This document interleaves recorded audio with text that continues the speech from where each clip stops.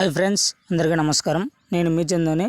మీరు చూస్తున్నారు Chandu educational Telugu YouTube ఛానల్కి స్వాగతం. ఈరోజు మన టాపిక్ వచ్చి కొత్త రేషన్ కార్డులు లేటెస్ట్ అప్డేట్, భారీ గుడ్ న్యూస్ చెప్పిన ప్రభుత్వం. దాని గురించి పూర్తి సమాచారం ఈ వీడియోలో తెలుసుకుందాం. వీడియోని ఎక్కడ స్కిప్ చేయకుండా లాస్ట్ వరకు చూడండి. అప్పుడైతే నేను చెప్పేది మీకు పూర్తిగా అర్థమవుతుంది. లేట్ చేయకుండా టాపిక్లోకి వెళ్ళిపోదాం. ఆంధ్రప్రదేశ్లో కొత్త రేషన్ కార్డుల కోసం ప్రజలు ఎంతో కాలంగా ఎదురు చూస్తున్నారు. ముఖ్యంగా కొత్త ప్రభుత్వం అధికారంలోకి వచ్చినప్పటి నుంచి కొత్త దంపతులు అలాగే కార్డులలో మార్పులు చేర్పులు చేసుకోవాల్సిన వారు కొత్త రేషన్ కార్డుల కోసం ఆసక్తిగా ఎదురు చూస్తున్నారు. ఇలాంటి మరిన్ని లేటెస్ట్ అప్డేట్స్ కోసం మన యూట్యూబ్ ఛానల్ని ఒక లైక్ చేసి కిందన్న సబ్స్క్రైబ్ బటన్ని సబ్స్క్రైబ్ చేసుకొని దాని పక్కన బెల్ ఐకాన్ని ఆ నోటిఫికేషన్ యాక్టివేట్ చేయండి. నేను పెట్టే ప్రతి ఒక్క వీడియో కూడా మీకు నోటిఫికేషన్ రూపంలో, మెసేజ్ రూపంలో రావడం జరుగుతుంది.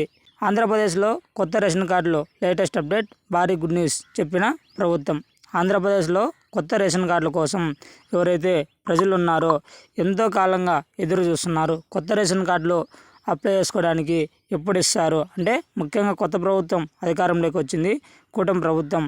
ఎవరైతే కొత్తగా పెళ్ళైన వాళ్ళు, తర్వాత అలాగే కార్డులలో మార్పులు చేర్పులు వాళ్ళ కోసం చాలా వరకు ప్రజలైతే ఎదురు చూస్తున్నారు. ఈ నేపథ్యంలో ఏపీ పౌర సరఫరా శాఖ మంత్రి నాదెండ్ల మనోహర్ కీలక ప్రకటన చేశారు. మనకి ఏపీ పౌర సరఫరా శాఖ మంత్రి నాదెండ్ల మనోహర్ కీలక ప్రకటన చేశారు. త్వరలోనే క్యూఆర్ కోడ్తో కూడిన కొత్త రేషన్ కార్డులు జారీ చేయనట్లు ప్రకటించారు. ప్రభుత్వం తీసుకున్న ఈ నిర్ణయంతో లక్షలాది మందికి మేలు జరగనుంది. మనకి ఏపీలో పౌర సరఫరాల శాఖ మంత్రి నాదెండ్ల మనోహర్ కీలక ప్రకటన చేశారు. త్వరలోనే క్యూఆర్ కోడ్ కూడిన కొత్త రేషన్ కార్డులు జారీ చేస్తామని నాదెండ్ల మనోహర్ గారు తెలియజేయడం జరిగింది. ప్రభుత్వం తీసుకున్న ఈ నిర్ణయం లక్షలాది మందికి మేలు జరుగుతుందని ఇక్కడ చెప్పడం జరిగింది. శాసనసభలో ప్రసంగించిన మంత్రి నాదెండ్ల మనోహర్ రేషన్ వ్యవస్థలో మార్పులు చేపట్టినట్లు తెలిపారు. రాష్ట్ర వ్యాప్తంగా 29,000 రేషన్ దుకాణాలను మినీ మార్ట్లుగా మార్చే యోచనలో ఉన్నట్లు వెల్లడించారు. త్వరలోనే దీనిపై పూర్తి వివరాలు వెల్లడిస్తామని తెలిపారు. మనకి శాసనసభలో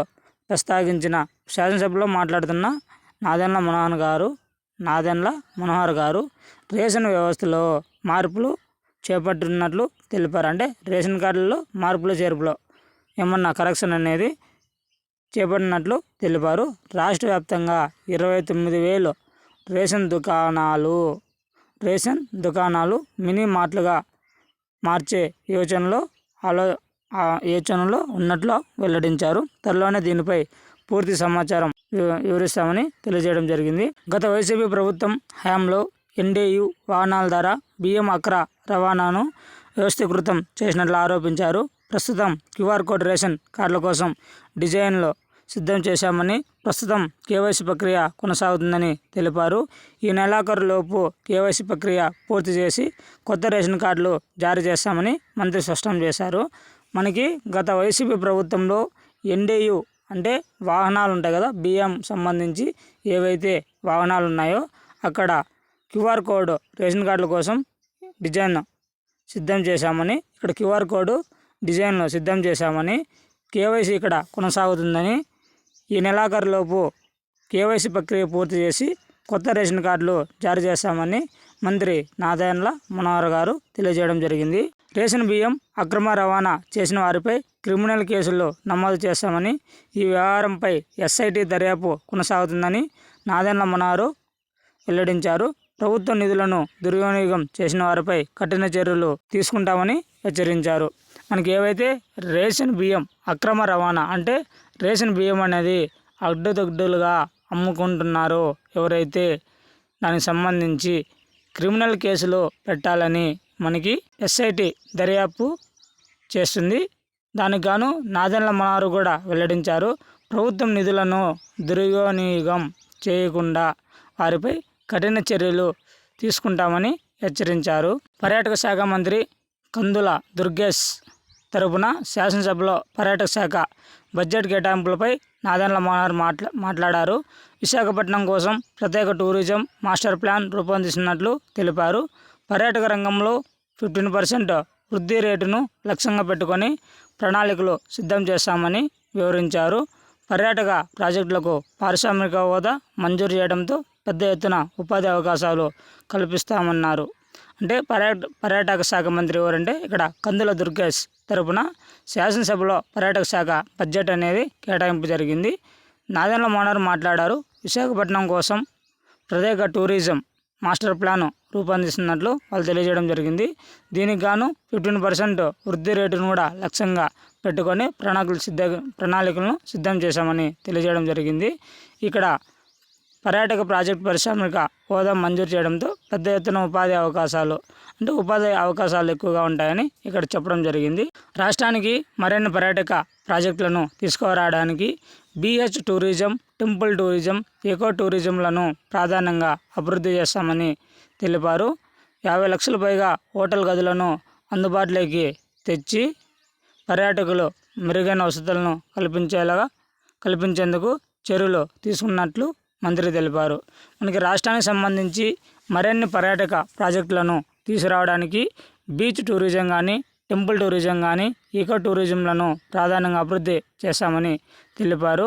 50 లక్షల పైగా హోటల్ గదులను అందుబాటులోకి తెచ్చి పర్యాటకులు ఎవరైతే వెళ్తుంటారో చూడడానికి వాళ్ళకి వసతులు కూడా కల్పిస్తామని మంత్రి ఇక్కడ తెలియజేయడం జరిగింది. కేంద్ర ప్రభుత్వం ప్రసాద్ పథకం కింద అన్నవరం, సింహాచలం ఆలయాలను అభివృద్ధి చేస్తుందని, అలాగే గోదావరి పుష్కరాల కోసం 100 కోట్లు కేంద్రం నుంచి నిధులు మంజూరైనట్లు తెలిపారు. తీర ప్రాంతాలను స్వదేశీ దర్శన్ పథకం కింద అభివృద్ధి చేయనట్లు నాదెండ్ల మనోహర్ వివరించారు. ఇక్కడ చూసుకుంటే మనకి కేంద్ర ప్రభుత్వం కింద ప్రసాద్ పథకం కింద అన్నవరం, సింహాచలం ఆలయాలను అభివృద్ధి చేస్తుందని, ఇక్కడ ఏవైతే ప్రసాద్ పథకం కింద అన్నవరం కానీ, సింహాచలం కానీ ఆలయాలు ఏవైతే ఉన్నాయో దాన్ని అభివృద్ధి చేస్తుందని, అలాగే గోదావరి పుష్కరాల కోసం ఎన్ని కోట్లు కేటాయించారంటే 100 కోట్లు కేంద్రం నుంచి నిధులు మంజూరైనట్లు తెలిపారు. మనకి ఇక్కడ 100 కోట్లు అనేది కేంద్రం నుంచి నిధులని మంజూరైనట్లు ఇక్కడ తెలియజేయడం జరిగింది. తీర ప్రాంతాల నుంచి ఎవరైతే భక్తులు, ప్రజలు ఎవరైతే ఆలయాలను తర్వాత ప్రాజెక్టులను చూడడానికి వెళ్తుంటారో వాళ్ళందరికీ బడ్జెట్ అనేది ఇక్కడ 100 కోట్లు పెట్టడం జరిగింది. ఇక్కడ అలా కాకుండా నిధులు కూడా మంజూరైనట్లు, గోదావరి పుష్కరాల కోసం నిధులు కూడా మంజూరైనట్లు ఇక్కడ తెలియజేయడం జరిగింది. స్వదేశీ దర్శన్ పథకం కింద అభివృద్ధి చేయనట్లు నాదెండ్ల మనోహర్ గారు తెలియజేయడం జరిగింది. ఇలాంటి మరిన్ని లేటెస్ట్ అప్డేట్స్ కోసం మన యూట్యూబ్ ఛానల్ని లైక్ చేయండి. అంతేకాకుండా మీ బంధుమిత్రులకు మరియు వాట్సాప్, టెలిగ్రామ్ గ్రూపుల్లో షేర్ చేయండి. అంతేకాకుండా మన ఛానల్ని ఎవరైనా ఫస్ట్ టైం చూస్తుంటే కిందన్న సబ్స్క్రైబ్ బటన్ సబ్స్క్రైబ్ చేసుకొని దాని పక్కన బెల్ ఐకాన్ని ఆల్ నోటిఫికేషన్ యాక్టివేట్ చేయండి. నేను పెట్టే ప్రతి ఒక్క వీడియో కూడా మీకు నోటిఫికేషన్ రూపంలో, మెసేజ్ రూపంలో రావడం జరుగుతుంది. Thanks for watching video. జై హింద్.